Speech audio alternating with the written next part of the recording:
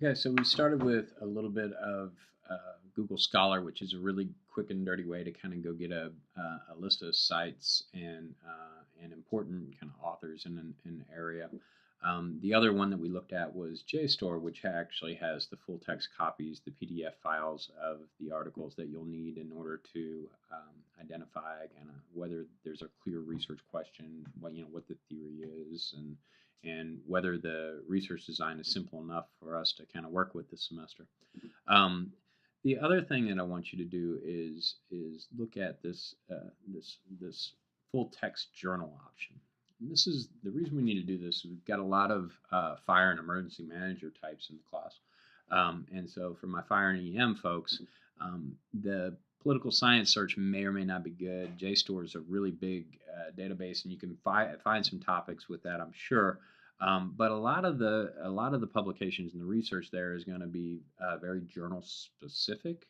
And so when you're looking for specific journals and a specific strain of literature, sometimes it's better to actually do the searches from the journal instead of the database. So I'll show you how to do one of those. So I'm going to click on full text journals. And from there, I'm going to title begins with. So there's like one of the EM journals is just disasters, right?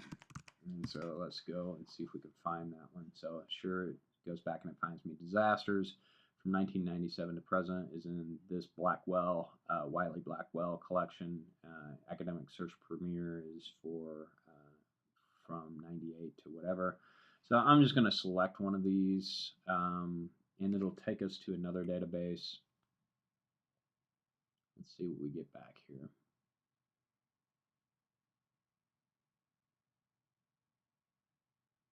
Taking a while this morning. And we're going to do just like what we did with the other one. We'll use some keyword searches to identify some articles, and then the process becomes, okay, let's look at whether the research question is clear in that, whether it's a pretty simple article or it's too complex for something that we'd want to do in this class. It becomes a matter of kind of narrowing it down and pinning it down. Finally, we get here. Okay, so Wiley Online makes the connection. It should pull up here. Still working. And it's going to get me into this disasters journal. Right? So over here, you'll usually have the same thing. You'll have kind of an advanced search. So I'm in the disasters journal. I'm going to look for articles that have something to do with a particular topic. So let's just talk about evacuation. I think that's one that's probably got pretty good empirical articles associated with it. So I'm going to hit evacuation and wait for it to come back.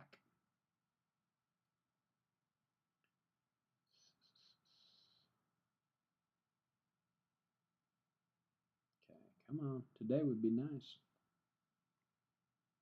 It'll go through, it'll do the search. I'm going to pause this thing. It's just crazy. So after the little squirrel ran around in the cage a bunch of times, this is the output that I got back. We have a whole bunch of different things here. Decision making and evacuation planning for flood risk management in the Netherlands. I don't know if that's it. Evacuation mapping, right? Community evacuation following a chlorine release in Mississippi, right? Using multi-adult. Let me look through here and see if there's anything else.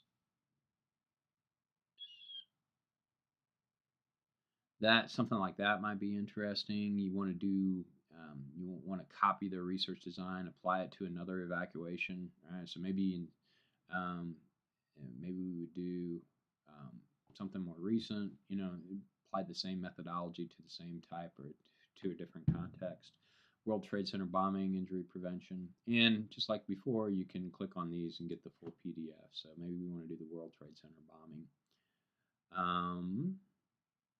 Here. So what you would do here then is look for, okay, is this something with a really clear research question? Does this fit the typical research article format where I have an introduction and a clear research question, and I've got a theory to work with, and I've got a research design, because those are the three components that you're going to need.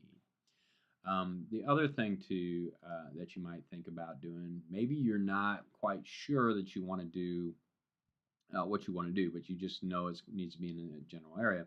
Then what you do is just start with the kind of additions and go through, and you can look at particular topics. Oh, this one may be exactly what I'm interested in. Fire risk reduction through community-based risk assessment. And so maybe this is something that you're interested in. Post-tsunami relocation of fishermen settlements, right? Maybe that's something that strikes a chord with you, and it's interesting. Go look at that article and see if you've got if it's got the typical format. Right? So you pull up the HTML. We won't pull the whole thing, but here's the abstract, right? Tsunami that struck the coast, resulting in large-scale destruction of fishing habitats, etc. Right? It's just kind of how you do it. So, what I would suspect is the best strategy here is kind of use a combination of JSTOR, and JSTOR is going to start pointing you towards typical to specific specialty journals. Maybe then you look at those journals and go through and look. Another thing to think about when you're doing these searches is, our first inclination is always go do the most recent kind of articles, and that may be really the wrong strategy here.